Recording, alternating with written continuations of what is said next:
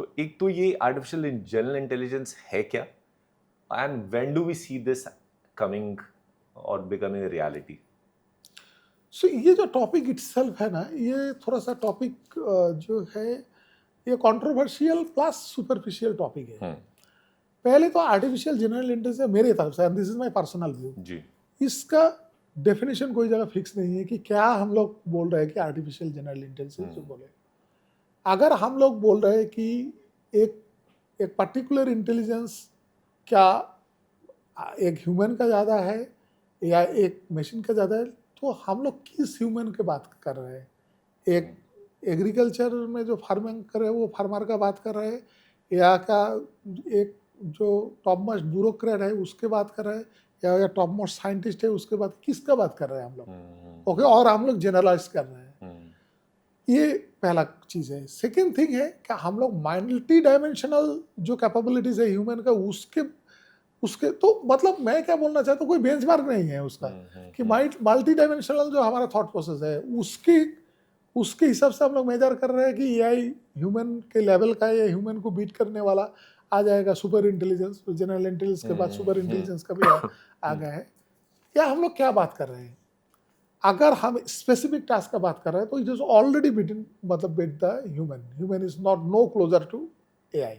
Okay, कोई भी, चाहे इमेज रिकॉग्निशन हो, कोई भी चीजें हो, लैंग्वेज में कमांड हो, इसमें कमांड हो, एक स्पेसिफिक टास्क में देखा गया तो नहीं है। शेक्सपियर अभी चैट जीपीटी के साथ कम्पीट करने दिया ड्रामा में, और अगर अच्छा प्रॉम्प्ट इंजीनियर बैठा दिया गया, Shakespeare will not be able to compete with ChatGPT. No, not possible. ये ट्रूथ है। ओके, मतलब शेक्सपियर अगर जिंदा रहते वो भी ये मानते हैं, राइट? तो वो नहीं, वो अब लाइक आ चुका है। हमारा जो यूएसपी है वो अलग यूएसपी है। वो यूएसपी है मल्टी डायमेंशनल थिंकिंग। जैसे कि कुछ चीज़ों का एक्सपीरियंस हम लेके दूसरे चीज़ों में वो एक्सपीरियंस को यूज करते हैं, और ये दोनों जो चीज़ें कॉम्प्लीटली अलग है। ओके, या कुछ हमारा ऐसा इमेजिनेशन हम कर सकते हैं जो कि हम लोग ना कभी देखा, ना कभी सोचा, ना कभी मतलब उसके बारे में पढ़ा, ना कुछ किया है, राइट? प्लस उसके साथ हमारा कुछ इमोशंस जुड़ जाते हैं, उसके साथ हमारा कुछ एम्पैथी आ जाता है, उसके साथ हमारा फीलिंग्स आ जाते हैं, उसके साथ लव आ जाते हैं। ये सब जो कुछ सॉफ्ट थिंग है जो कि एआई के अंदर नहीं है, क्योंकि एआई कुछ फील नहीं करता है। Okay, AI is a very very very very very sophisticated pattern recogniser still. और वो पैटर्न रिकॉग्नाइज इतना मतलब बारीकी से करता है तो आपको लगता है कि ये सब तो ह्यूमन से भी ज्यादा मतलब ये है, but actually it is a pattern recogniser. इसका कोई इमोशन नहीं है। आप अगर चैट जीपीटी को अगर बोलोगे कि मैं सुसाइड करने वाला हूँ, it will tell you why are you doing suicide, life is so beautiful, so many things वो बोलेगा, ये करेगा। लेकिन उसके बाद भी अगर कोई सुसाइड कर लिए, चैट जीपीटी को आता जाता नहीं है, ठीक है? वो उसको कोई दुख नहीं लगेगा, वो 4 दिन रोके नहीं बैठेगा, कुछ नहीं करेगा। So that feeling is not there.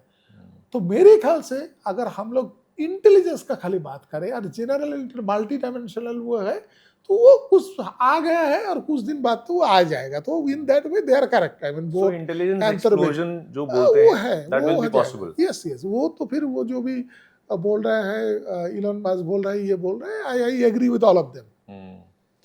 But मैं जो चीज़ का बात कर रहा हूँ, ये चीज़ आने में बहुत टाइम लगेगा, क्योंकि I know the technologies behind that, and I also know the technology limitations of those technologies behind that. Okay, so as a scientist मैं ये बोल सकता हूँ कि ये सब चीज़ें आने के लिए हम लोग को we need a different set of technologies altogether.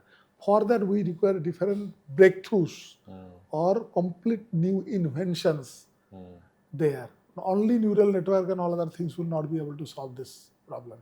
Okay, ये sophistication बढ़ा सकते हो, लेकिन इमोशन, रियल इमोशन नहीं ला सकते हो, रियल लव नहीं ला सकते हो, रियल फीलिंग्स आप कभी भी नहीं ला सकते हो उसको ये करने के लिए। तो that will take time. Otherwise this general intelligence, the definition of general intelligence is matching the human, ये वो तो हो जाएगा, हो भी रहा है मेरे ख्याल से, वो एक्सीड भी कर जाएगा।